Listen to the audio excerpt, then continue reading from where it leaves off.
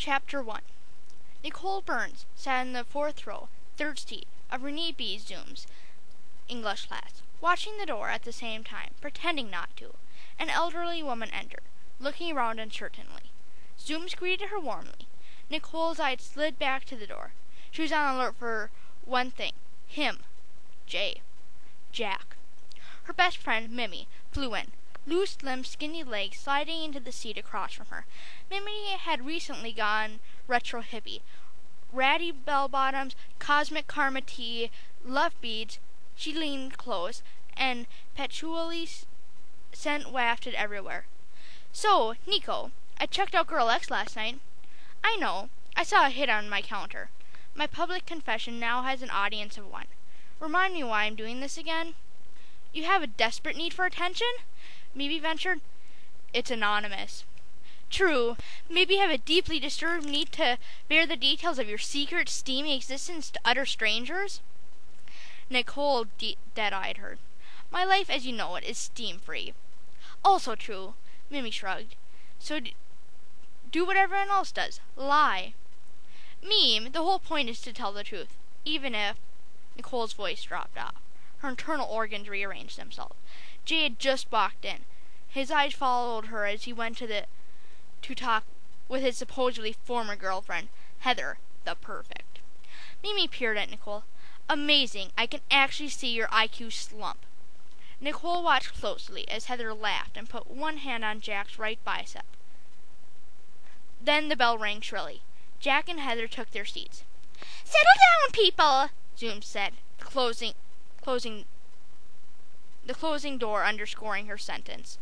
"One of the first assignments for your biennial Holocaust Studies unit was to watch the adaptation of Jane Yolen's novel, The Devil's Arithmetic, on TV last night. Hands of those who did?" A few hands hit the air.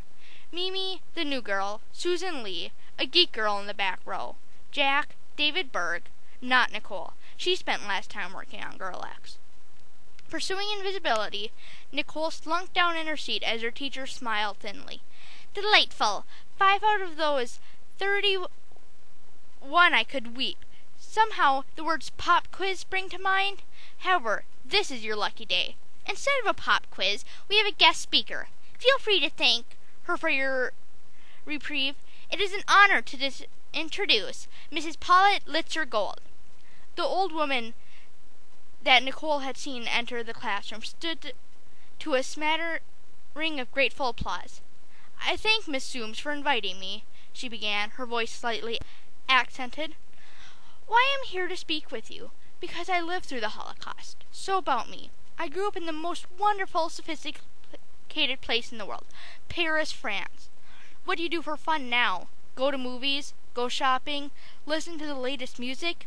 Is what my friends and I did then. In 1940, when I was your age, if someone had told me what was about to happen to me, I would not have believed it. But just 5 years later, I was liberated from a Nazi concentration camp, more dead than alive." The woman stopped for a sip of water, and Nicole's eyes slid to Jack. From her seat behind him, Heather dropped a folded paper onto his desk. He read it, then turned around to grin at her. She smiled back. It was not the smile of a girl who was an ex-anything. Miss Litzer-Gold went on with her story, about race laws and ration cards and resistant movements. Nicole was present in body only. Her mind was busy dealing with the Jack Heather thing. Out of the corner of her eye, she saw Zoom staring daggers at her. She slapped a perky "I'm so interested" mask on her face. "If you find the things I am telling you unimaginable, I understand," Mrs. Litzer-Gold said. "They seem unimaginable to me, too, even though I was there. Certain moments are burned into my memory, such as the time French police knocked on the doors of Jewish homes in the dead of night. Many thousands were rounded up and taken to the Veldrome d'Hiver, a sports arena that would become a temporary prison. There was no food, nor water, nor sanitary facilities. Some killed themselves because the world had turned into a place where they no longer wanted to live. I remember Drancy, the detainment camp outside of Paris, where so many were held and then deported. and I have not yet become to tell you about the horror of the concentration camps, the SS, and the crematoria. I also remember the good.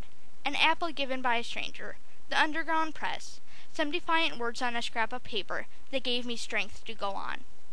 Chrissy Gullett's hand sprang in the air. Miss Gullett, what burning questions forces you to interrupt our speaker? Zooms asked, her tone withering. I don't mind at all, the old woman said. There are no bad questions, only bad answers. Please, young lady, go ahead. Chrissy shook her hair off her face with a practiced gesture. Okay, in 5th grade we read Number the Stars. We already know about the Holocaust. I'm very sorry that you had to go through it, but I don't understand why I have to talk about it again. I mean, we don't have Irish Famine Awareness Week, or how we stole the Native Americans Awareness Week, do we? From the next row, dark-eyed David Berg, smart, serious, and tense, glared at her. You are monumentally ignorant. Excuse me, David, but this is America, okay? Which means I'm entitled to have a different opinion from you. I'm entitled to tell you that you are being an idiot. Leave out the name-calling, Mr. Berg, Zooms warned. Mrs. Litchergold, would you like to continue? The old woman answered with a gesture that clearly invited the discussion to go on. Thank you, Chrissy told her. Okay, David, no offense, but you're not really objective about this. Why? Because I'm Jewish? Mimi turned to Chrissy. Try to keep up the Holocaust was international genocide. Yeah, I got it, Chrissy sing-sung. But it's not like I could ever happen here. Zoom scanned their faces. Could it? Today in America? Could it happen?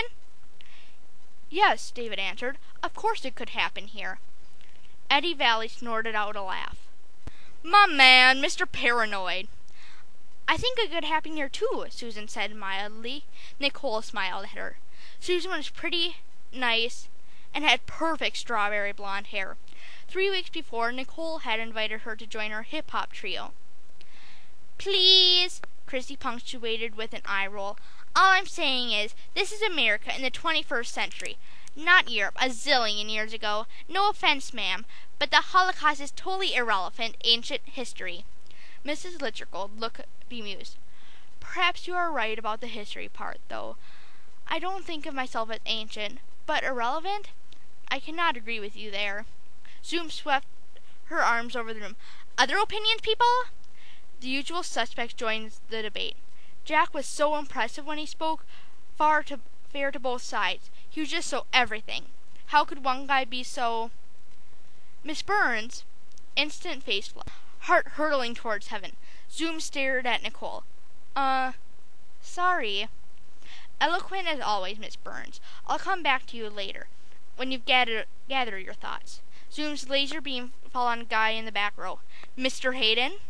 Nicole went limp with relief as all her eyes went to Richard Hayden, a much bigger fish for Zooms to eviscerate. Eddie Valley had nicknamed him Dr. Doom for his habitual outfit. Oversized army jacket, black shirt, and black pants.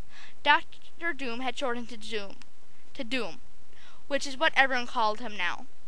Your opinion, Mr. Hayden? Zooms pressed, as Doom slumped in his seat, staring out the window. Weeks ago he had announced that he'd no longer be taking part in class room discussions. Zooms hadn't called on him since. Until now. Mr. Hayden, I asked you a question. Silence. In the absence of a coherent response, might I assume that flunking my class is appealing to you?